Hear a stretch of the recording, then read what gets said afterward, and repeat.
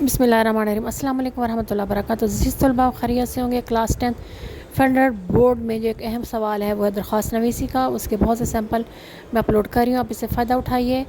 मैं अब कोशिश करूँगी कि मैं जो है ना आपको सिर्फ जो है ना वो वीडियो बना के अपलोड कर दूँ। उसमें बोलने की ज़रूरत नहीं है कि वो आसानी के साथ आप लोग उर्दू पढ़ सकते हैं और उसको समझ कर दरख्वास्त लिख सकते हैं।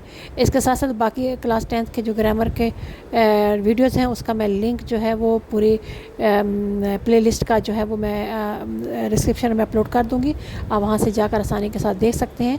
तो इंशाल्लाह ताला आप जितनी भी दरख्वास्त की वीडियोज़ आएंगी वो बगैर मेरी आवाज़ के आएंगी। बस आप उसको समझिए, पढ़िए और उस तरह लिखने की मशक कीजिए।